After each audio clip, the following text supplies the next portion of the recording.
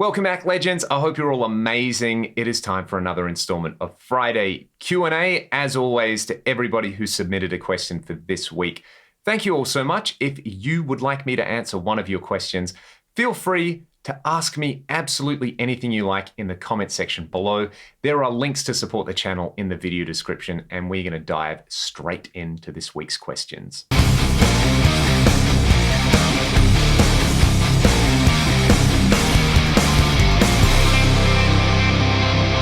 Today's first question comes from Roger over at Rubato Guitars. Shout out to Roger and Oliver. They make some amazing instruments, but Roger wants to know if I've ever tried a fretless guitar.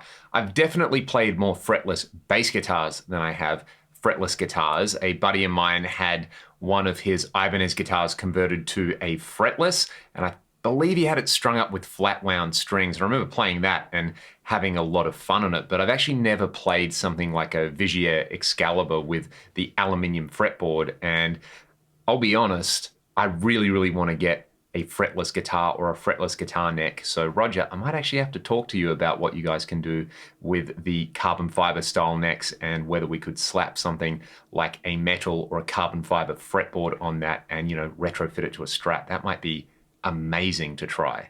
My favorite Strat pickups are definitely in this particular guitar. This is my old 77 Strat. It's got some Sir signature Michael Landau pickups in it, which do everything I want out of a Strat. The neck pickup is really full and fat and articulate. The neck and middle together get me that 80s style chime with a clean sound, and the bridge pickup has plenty of crunch, but it's not super piercing and twangy. So these are the sounds that I particularly love out of this set of Strat pickups.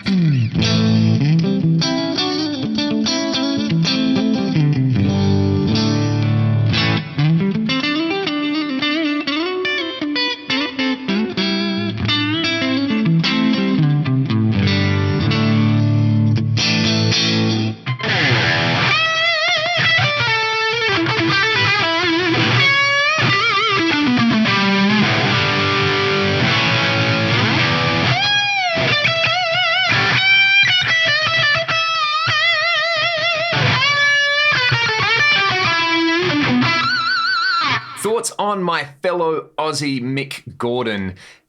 If anybody is unfamiliar with Mick, you need to go and check out Mick's soundtrack work for Doom and Doom Eternal.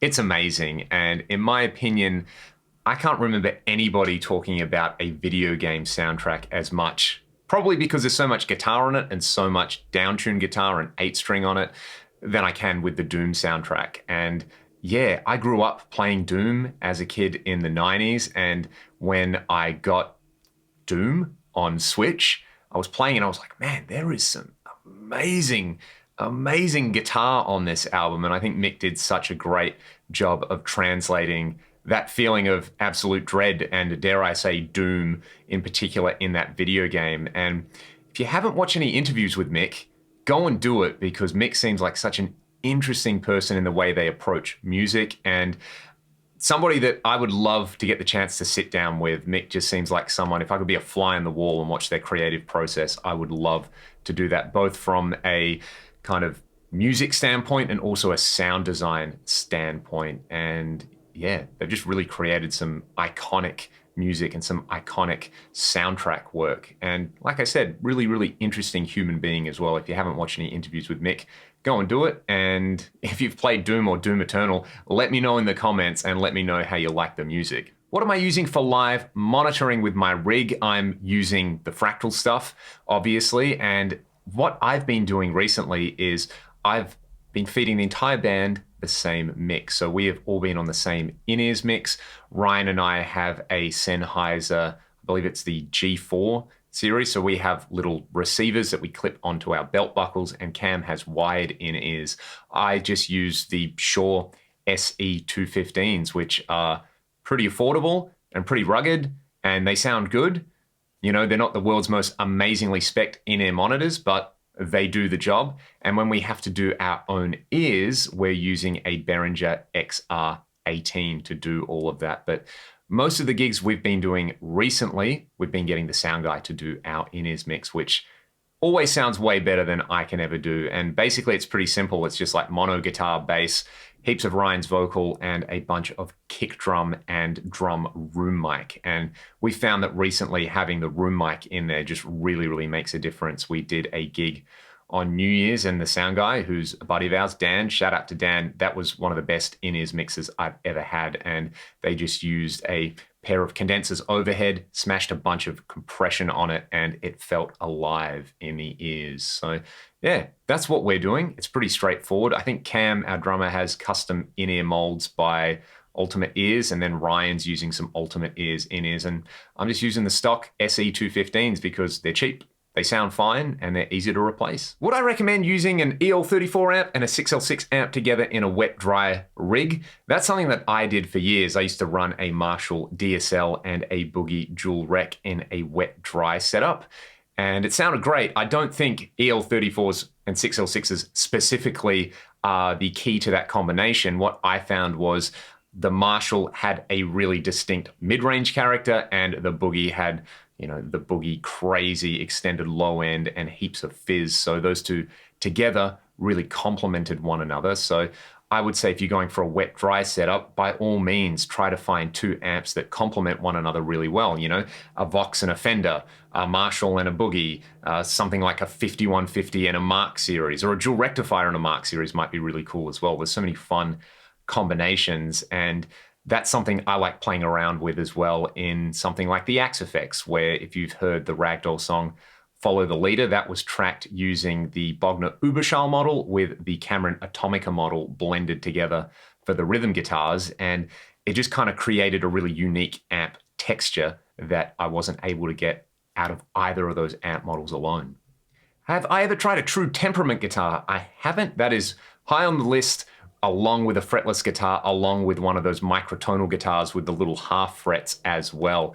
If anybody in the comments has one of those kind of squiggly fret true temperament guitars, please let me know, and let me know how you like it, because it's something that I'm certainly curious about, but again, it's not something that I feel like I'm in a massive rush to try out. So if you absolutely love it, let me know. If you think it's maybe not worth the hassle, also let me know in the comments. I'm kind of curious to know. The answer to the mystery vinyl that's been sitting on my Mark Series amp for the last couple of weeks is this. This is the soundtrack for Princess Mononoke by Joe Hisaishi, which is my favorite of the Studio Ghibli movies and soundtracks, and this is amazing. Having it on vinyl is super, super lovely as well. And yeah, this just has some of my favorite music in general, let alone film music on it. It's a fantastic movie.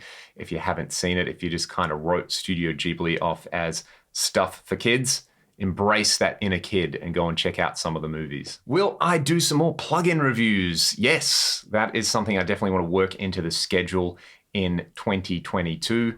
As I said last week, I have been doing fewer videos, so it is harder to cram all these things that I want to do into particular videos. I did a video this week with the STL Amp Hub plugin, which you should check out if you haven't already. But if there's amp modeling plugins or particular audio plugins that you would like to see me do a demo video of, again, let me know in the comments, because there's so much stuff out there, I actually just can't keep track of it on top of everything else I'm doing. And I obviously want to do things that people want to hear, so let me know what you'd like to hear. Rhythm guitars behind solos in three-piece bands.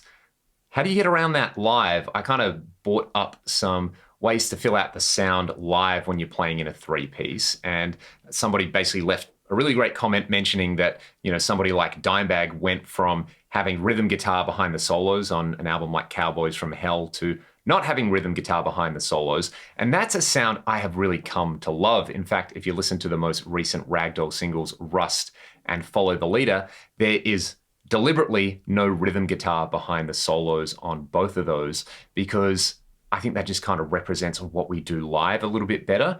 And it just opens up space. You know, when you're going to do a guitar solo, sometimes it is okay to let go of that massive wall of sound that you've built up with the rhythm guitars and just let the guitars breathe and give the people listening to the song a chance to have some space and reset their ears, because whatever the next part is, when that kicks in, that is going to come in as a breath of fresh air. I wouldn't say that it works on absolutely everything. Like anything in the studio, there are no hard and fast rules, but that's something I have definitely pivoted towards, and I really enjoy that sound now, especially when you've got dirty bass guitar, and there should always be dirty bass guitar on rock and roll, in my opinion. Could I recommend a loop switcher with stereo loops for your pedal board?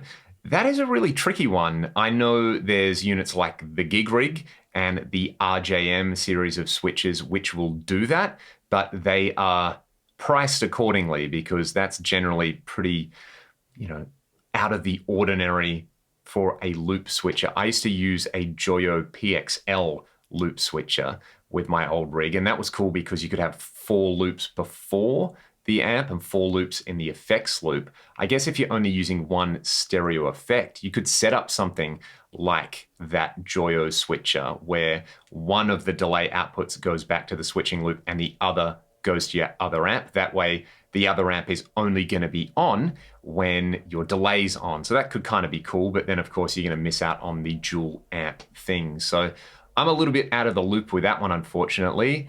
If anybody knows of a budget switcher that can do stereo effects loops, let me know, because I might go out and buy one because I'm building a studio pedal board at the moment, and that might be really interesting to hear. One last question for this week. If I could own anybody's signature guitar, money being no object, which one would it be? The smart-ass answer is to say a 59 Les Paul, because after all, that is a signature guitar, right? But maybe let's exclude the Les Paul because I feel like that one has transcended the signature guitar thing. Honestly, I really want to get a PRS DGT at some point. It's probably going to happen in the next few years, and that is just one of the most amazing guitars I've ever played. I borrowed my buddy Ray's DGT, and I almost want to send him a message right now and say, hey, you want to sell me that DGT? Because it was really the best of both worlds of like a vintage Strat and a vintage Les Paul. Either that or, honestly, the Silver Sky looks pretty cool. The Tremonti PRS looks pretty cool. I was able to borrow a Majesty recently, which was stunning. I've got a JP7, which is a great guitar as well. So yeah, something along those lines, I think. Almost those signature guitars that aren't just, hey, it's a parts caster with the artist's name on it and a Seymour Duncan pickup in the bridge. It's a signature guitar. More the things that they've really set out to design something that achieves a specific task that other guitars don't do.